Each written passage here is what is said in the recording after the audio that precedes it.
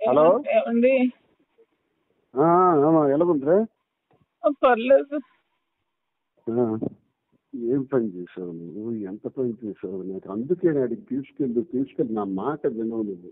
నువ్వు పని చెయ్యి. ఆడికి కూడా ఏదో అయిపోయి ఉండేది.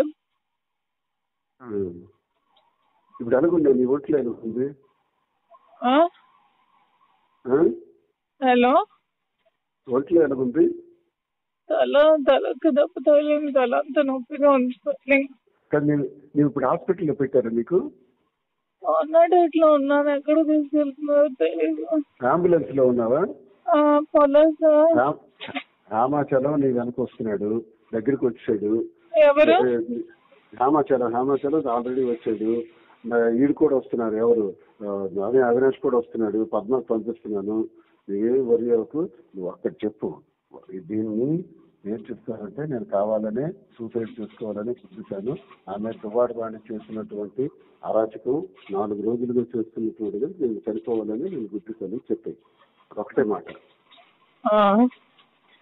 అదొకటే మాట చెప్పేసి నువ్వు అలా ఉండుకో. నేను డాక్టర్ ఇవన్నీ నేను చూస్తాను. కావాలని అందరూ వస్తాను, పర్వాలేదు, డోంట్ వరీ.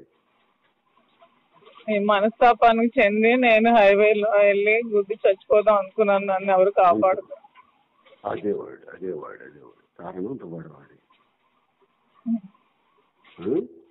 ప్రెస్ కి పంపించండి చేతికి. ఇప్పుడే చెప్తాను నేను దిగినప్పటికే. ఎవరికి? ప్రెస్ కి. నువ్వు ఎమోషనల్ కావకు. నువ్వు స్లోగా చనిపోవాలనుకున్నాను. ఇప్పటికీ నేను అంతే, పంపించండి చెప్తాను ఇప్పుడే.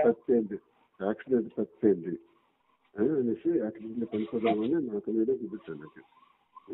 అవి చెప్పి అర్జెంట్ గా చేసి పంపించమని బాగానే అన్నాను. ఎయిర్ బెలూన్స్ అన్ని ఓపెన్ అయ్యాయి.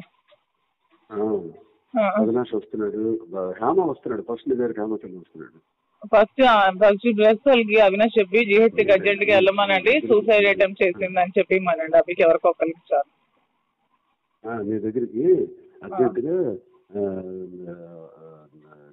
నేను ఆల్రెడీ మెసేజ్ పాస్ చేయించేస్తాను.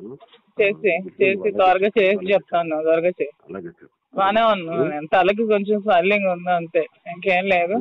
కొంచెం లిప్స్ కి దెబ్బ తగిలి బ్లడ్ వచ్చింది అంతే. కారు స్క్రీన్ బట్టి నీకు మేజర్ అయిపోతుంది. కారు బాగా బాల్తో పెడిపోయింది కదా. ఆ రోడ్ నుంచి ఈ రోడ్కి పల్టీ కొట్టేసి ఏంటో మరి లక్కీగా ఎవరో వచ్చారు. లేకపోతే పెట్రోల్ లీక్ అయిపోయి లోపల అంతా గ్యాస్ ఫామ్ అయిపోయింది. ఊపిరి తీసుకోలేకపోయాను. నువ్వన్నీ మాట్లాడుతాను ముందు ప్రశాంతంగా ఉంది. హాస్పిటల్ వచ్చారు. హాస్పిటల్ దగ్గరికి అందరూ వస్తారు. నా ఫోన్స్ ఎక్కడ ఉన్నాయో తెలీదు. ఫోన్ అన్ని నా ఒక కానిస్టేబుల్ దగ్గర ఉంది, నాకు ఇస్తాడు. గోల్డ్ కూడా ఉంది దాంట్లో, అంతా చూడమని. అవన్నీ తీస్తాను కానిస్టేబుల్ ద్వారా. ఓకే. పద్మ కూడా వస్తుంది, అవినాష్ వస్తున్నాడు, ఝాన్సీ ఆంటీ కూడా వస్తున్నారు అనుకున్నాను. ఓకే.